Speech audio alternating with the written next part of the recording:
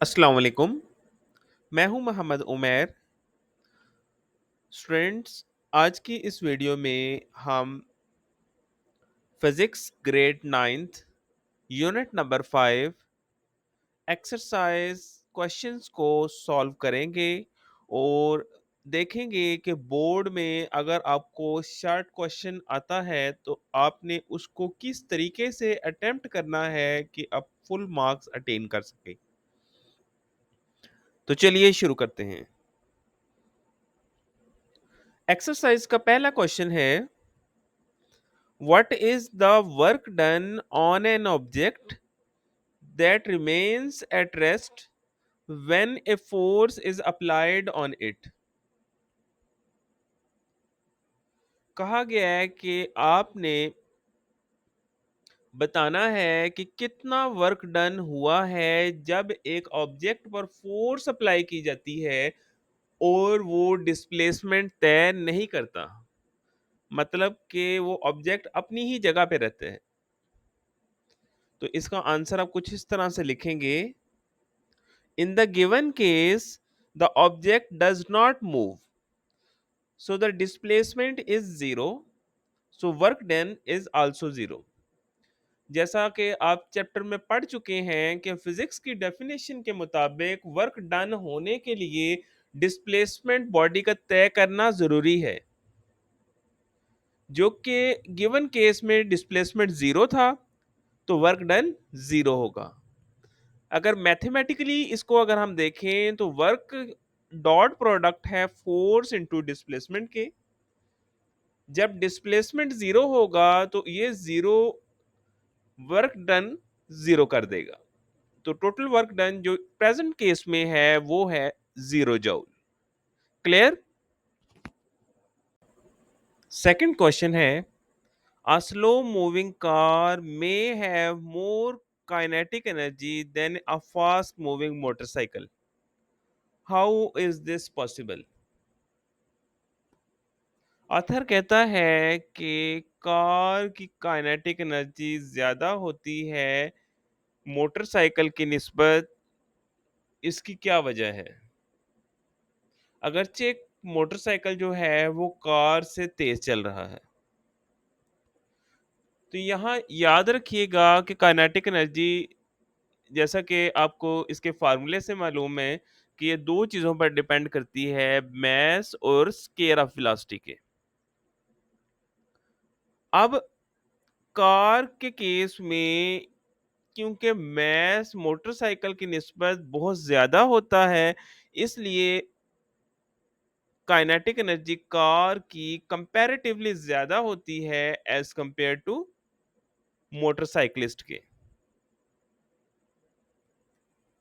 इस बात के अलावा कि कार जो है वो स्लो स्पीड पे चल रही है और मोटरसाइकिल जो है वो तेज़ स्पीड पे चल रहा है, पर मैस इसका ज़्यादा होने की वजह से इसका काइनेटिक एनर्जी का फैक्टर भी ज़्यादा होता है। तो आप इसको कुछ इस तरह लिखेंगे, a car can possess more kinetic energy than a fast moving motorcycle because kinetic energy depends on both mass and velocity. While the motorcycle might be moving faster, a car's significantly greater mass can result in a higher kinetic energy value even at a lower speed. Clear? तीसरा हमारे पास question है, a force F1 does 5 joule of work in 10 seconds. Another force F2 does 3 joule of work in 5 seconds. Which force delivers greater power? तो बेटा इस question में हमने power calculate करनी है, तो क्योंकि हमारे पास दो फोर्सेस हैं तो यहाँ पावर को भी हम डिवाइड कर देंगे P1 और P2 में। पहले केस के लिए P1 इक्वल होगा वर्क आवर टाइम W1 और T1 के। वर्क जो कि गिवन है 5 जूल का और टाइम है 10 सेकेंड, तो यहाँ पावर हमारे पास बनती है 0.5 वाट।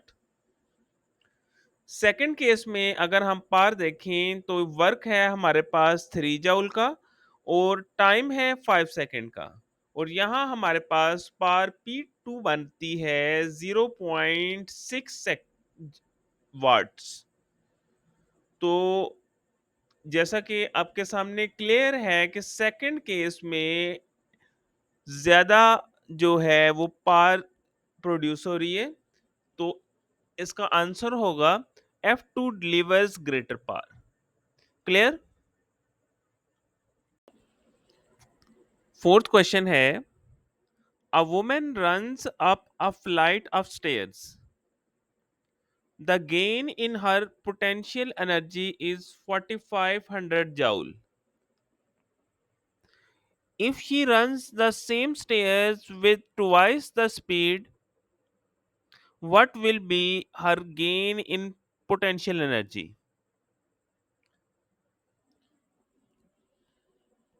तो बेटा जैसा कि आपको मालूम है कि पोटेंशियल एनर्जी इक्वल होती है mgh के। ये डिपेंड करती है हाइट पर, ग्रेविटी और मास पर ये डिपेंड नहीं करती स्पीड पर। तो इसका आंसर होगा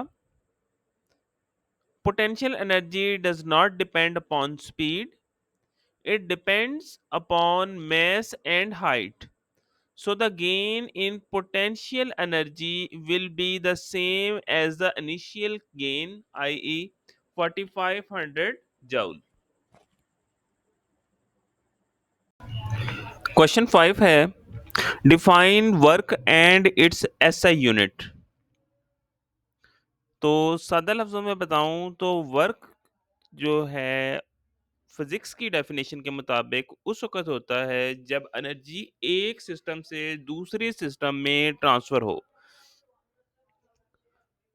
तो हम कह सकते हैं work is defined as transfer of energy from one system to another when force is applied and causes a displacement. It's mathematically expressed as the product of the force and displacement. तो हम इसको लिखेंगे W is equal to f dot s. Unit of work की बात करें तो SI unit of work joule है, जो कि इक्वल होती है न्यूटन इनटू मीटर के। क्लियर? क्वेश्चन 6 है, what is the potential energy of a body of mass m when it is raised through a height h। तो यहाँ याद रखिएगा कि पोजीशन की वजह से जो बॉडी में एनर्जी पाई जाती है उसको हम कहते हैं पोटेंशियल एनर्जी। तो इस केस में पोटेंशियल एनर्जी इक्वल होगी mg h के। तो हम इसको कुछ इस तरह लिख सकते हैं, potential energy of a body of mass m when it is raised through a height h is equal to mgh। Clear? Question 7 है, find an expression for the kinetic energy of a moving body. तो ये अक्सर long question के तौर पे भी exam में आता है। तो यहाँ याद रखिएगा, जैसा कि हम सब जानते हैं कि वर्क डन इक्वल होता है डॉट प्रोडक्ट के फोर्स इनटू डिस्प्लेसमेंट। तो ये हमारे पास आ जाएगा एफ डॉट एस। न्यूटन के सेकंड लॉ से हमें मालूम है कि एफ इक्वल होता है एम ए के। यहाँ एक्सेलरेशन को अब हम वेलोसिटी और टाइम की फॉर्म में लिखेंगे, तो एफ इक्वल हो जाएगा एम वी आर टी। तो ये आज की हमारी इक्वेशन 1 कहलाएगी। इसी तरह डिस्प्लेसमेंट जो है ये वेलोसिटी इनटू टाइम के इक्वल होता है, और यहाँ जो वेलोसिटी कंसीडर होती है ये एवरेज वेलोसिटी होती है। तो एवरेज वेलोसिटी निकालने का फार्मूला है initial velocity plus final velocity आर टू। इनिशियल वेलोसिटी जो कि जीरो है जब बॉडी को डिस्प्लेस नहीं किया, और फाइनल वेलोसिटी वेलोसिटी v के इक्वल होगी, डिवाइडेड बाय 2 करेंगे तो ये हमारे पास बन जाएगा वी आर टू। जब हम इसको डिस्टेंस के फार्मूले में पुट करेंगे तो डिस्टेंस इक्वल आ जाएगा, एस इक्वल आएगा वी टी आर टू के। तो ये हमारे पास सेकंड इक्वेशन बनेगी जिसे इक्वेशन बी के नाम से रिप्रेजेंट किया गया है। अब इक्वेशन वन के अंदर हम ए इक्वेशन और बी इक्वेशन पुट करेंगे। जैसा कि आप देख सकते हैं कि वर्क डन इक्वल होगा काइनेटिक एनर्जी के, जो कि हमारे पास है एम वी आर टी इंटू वी टी आर टू। यहाँ टी और टी आपस में कैंसिल आउट हो जाएंगे। न्यूमरेटर और डिनोमिनेटर में मौजूद टाइम का फैक्टर एक दूसरे से कैंसिल आउट होगा। तो इस तरह काइनेटिक एनर्जी का हमारे पास एक्सप्रेशन आएगा हाफ एम वी स्केयर के। क्लियर? क्वेश्चन 8 है, define efficiency of a working system, why a system can not have 100% efficiency. तो इसका आप जवाब लिखेंगे, the ratio of output energy to input energy is called efficiency. Mathematically अगर आप इसको लिखें तो एफिशिएंसी को ईटा से रिप्रेजेंट किया जाता है। ईटा इक्वल है आउटपुट और इनपुट के। नीचे पूछा गया है कि 100% एफिशिएंसी क्यों नहीं हो सकती। तो इसका आंसर इन अल्फाज में बताएंगे, a system can not have 100% efficiency due to unavoidable energy losses in the form of heat and friction. Clear?